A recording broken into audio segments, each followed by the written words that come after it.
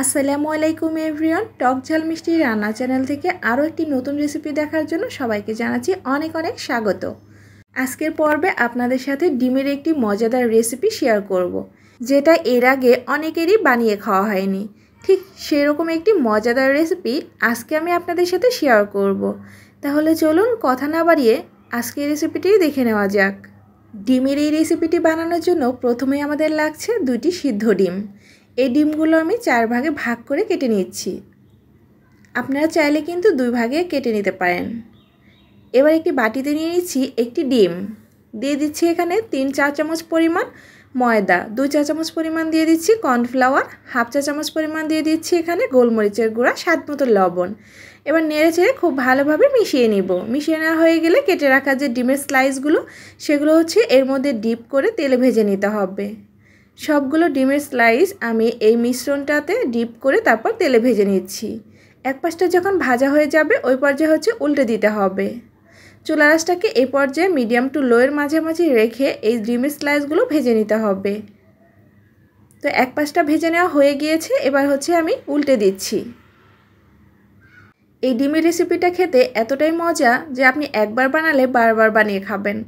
তো এক পাশটা উল্টে পাল্টে খুব ভালোভাবে আমি ভেজে নিচ্ছি গোল্ডেন কালার করে। যখন ঠিক এইরকম গোল্ডেন কালার হয়ে যাবে ওই পর্যায়ে তেল ঝরিয়ে তুলে নিতে হবে। বেশি কড়া করে ভাজার একদমই প্রয়োজন নেই, জাস্ট এরকম গোল্ডেন কালার হলে তুলে নিতে হবে। একটি ফ্রাই প্যানে আমি দিয়ে দিচ্ছি 3 টেবিল চামচ পরিমাণ রান্নার তেল।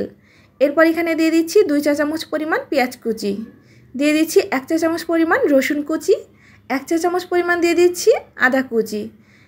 এবার হালকা নেড়ে চেড়ে তেলের সাথে 1 মিনিটের মতো ভেজে নিতে হবে। চুলার আঁচটা এই পর্যায়ে লো ফ্লেমে রাখতে হবে। 1 মিনিটের মতো ভেজে নেওয়া হয়ে গেলে এবার আমি অ্যাড করে দিচ্ছি 3 টেবিল চামচ পরিমাণ ক্যাপসিকাম কুচি।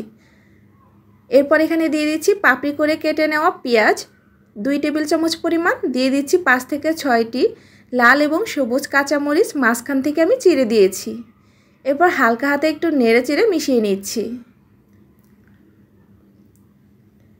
প্রায় 5 থেকে 6 মিনিট এগুলোকে আমি একটু ভেজে নিয়েছি। এরপর এখানে আমি অ্যাড করে দিচ্ছি 2 টেবিল চামচ পরিমাণ টমেটো সস, দিয়ে দিচ্ছি 1 চা চামচ পরিমাণ এখানে আমি চিলি সস, আরও দিয়ে দিচ্ছি 1 চা চামচ সয়া সস।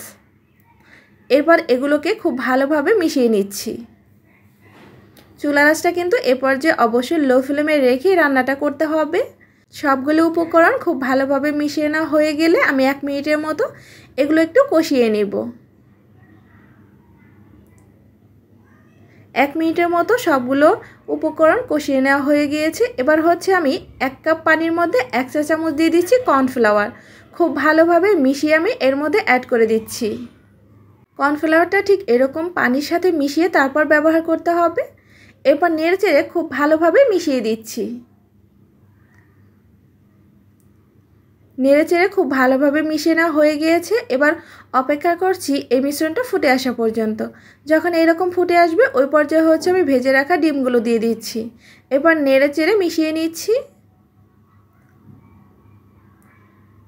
খুব ভালোভাবে নেড়ে চেড়ে মিশিয়ে নেওয়া হয়ে গেলে এখানে আমি দিয়ে দিচ্ছি 1/4 চা চামচ গোলমরিচের গুঁড়া। ঠিক এই পর্যায়ে গোলমরিচের গুঁড়াটা দিলে সুন্দর একটা ফ্লেভার পাওয়া যায়। আরও দিয়ে দিচ্ছি স্বাদ মতো লবণ। এবার নেড়ে চেড়ে আবারও খুব ভালোভাবে মিশিয়ে নিচ্ছি আর 3 থেকে 4 মিনিট লো আঁচে রান্না করে নিব। এতে করে গ্রেভিটা খুব ভালোভাবে ঘন হয়ে যাবে আর ক্যাপসিকাম, পেঁয়াজের পাপড়ি এগুলো কিন্তু খুব ভালোভাবে সিদ্ধ হয়ে যাবে। তো আমি 3 থেকে 4 মিনিট খুব ভালোভাবে রান্না করে নিয়েছি। এবার আমি চুলা থেকে নামিয়ে নিব। এবার একটি সার্ভিং প্লেটে আমি সার্ভ করে নিচ্ছি। আর দেখতেই পাচ্ছেন এটা কতটা লোভনীয় লাগছে। এই ডিমের রেসিপিটা এতটাই মজা, আপনি গরম গরম পোলাও, ফ্রাইড রাইসের সাথে কিন্তু এটা পরিবেশন করতে পারেন। খেতে ছিল ভীষণ মজাদার।